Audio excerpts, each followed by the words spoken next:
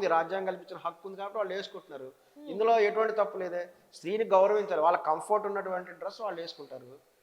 కాబట్టి ఇందులో మనం ఇంకా అప్డేట్ అవ్వాలి కదా, మనం ఇంకా వెనక్కు తీసుకెళ్తాం. ఇప్పుడు ఇరాన్లో చూడండి, మహిళలందరూ కూడా బయటకు వచ్చారు. ఇరాన్ మహిళలందరూ కూడా తాము బురకాలు వేసుకోము అని చెప్పేసి ఫైట్ చేస్తున్నారు అక్కడ. ఎస్, ఇది జరుగుతున్నది ప్రజెంట్. వాళ్ళు చేస్తున్న పోరాటం వేరు, మహిళా పోరాటం. రేపు ఇక్కడ కూడా అదే పోరాటం జరుగుతుంది. మహిళల్ని తొక్కివేసే ప్రయత్నం కూడా కొంతమంది చేస్తున్నారు. మహిళల్ని తొక్కివేస్తే ఏమొస్తుంది? మహిళల్ని తొక్కి వేస్తున్నారు మీరు అంటున్నారు కదా, ఒకవేళ నిజంగానే మీరు అన్నట్టుగా మహిళల్ని తొక్కి వేస్తున్నారు, కానీ ఎంత పర్సంటేజ్ ఉంది, ఎంత వరకు ఉంది అక్కడ? ఈ రోజు కనుక నిజంగానే మహిళల్ని కనుక తొక్కి వేస్తే ఈ రోజు మేమందరం ఇలా ముందుకు వచ్చే వాళ్ళమా? ప్రయత్నం జరుగుతున్నది ఈ రోజున.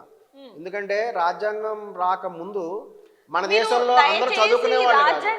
రాజ్యాంగం తర్వాత విషయాలు మాట్లాడకండి. అవునండి, ఫస్ట్ ఆఫ్ ఆల్ నేను మిమ్మల్ని ఒక క్వశ్చన్ అడగాలి. ఈ రోజున అందరూ చదువుకుంటున్నారు, ఒకప్పుడు చదువు లేదు ఆడవాళ్ళకి. ఇంట్లో కూర్చున్న వాళ్ళు వంటిలు కుందేలా ఆడవాళ్ళు ఉండేవాళ్ళు. ఈ రోజున చదువుకుంటారు అమ్మాయిలు, ముందుకు వస్తున్నారు, ఉద్యోగాలు చేస్తున్నారు, పురుషులతో సమానంగా ఫైట్ చేస్తున్నారు. మీరు చూడండి, రీసెంట్ గా టాక్సిక్ సినిమా వచ్చింది. టాక్సిక్ సినిమా యష్ గారు హీరో. అందులో దాని director lady director Geetha Mohan Das. ఆమె సినిమా, ఆమె డైరెక్షన్, ఆ యొక్క దాన్ని ఏమంటారు, టీజర్ చూసి మైండ్ బ్లాక్ అయిపోయింది. ఒక రామ్ గోపాల్ వర్మ, ఒక వంగ రెడ్డి గారు కూడా షాక్ అయిపోయారు. ఎందుకంటే పురుషులే తీస్తారా, మేము ఆడవాళ్ళని తీయలేమా? ఇప్పుడు యానిమల్ సినిమా తీశారు డైరెక్టర్ గారు. యానిమల్తో పోటీ పడుతూ, అంటే ఒక పురుషుడితో పోటీ పడుతూ మహిళ కూడా నేను కూడా తీయగలను అని చెప్పేసి ఆమె పోస్టర్ రిలీజ్ చేసి చూసారా ఆమె ఎట్లా రిలీజ్ చేసిందో.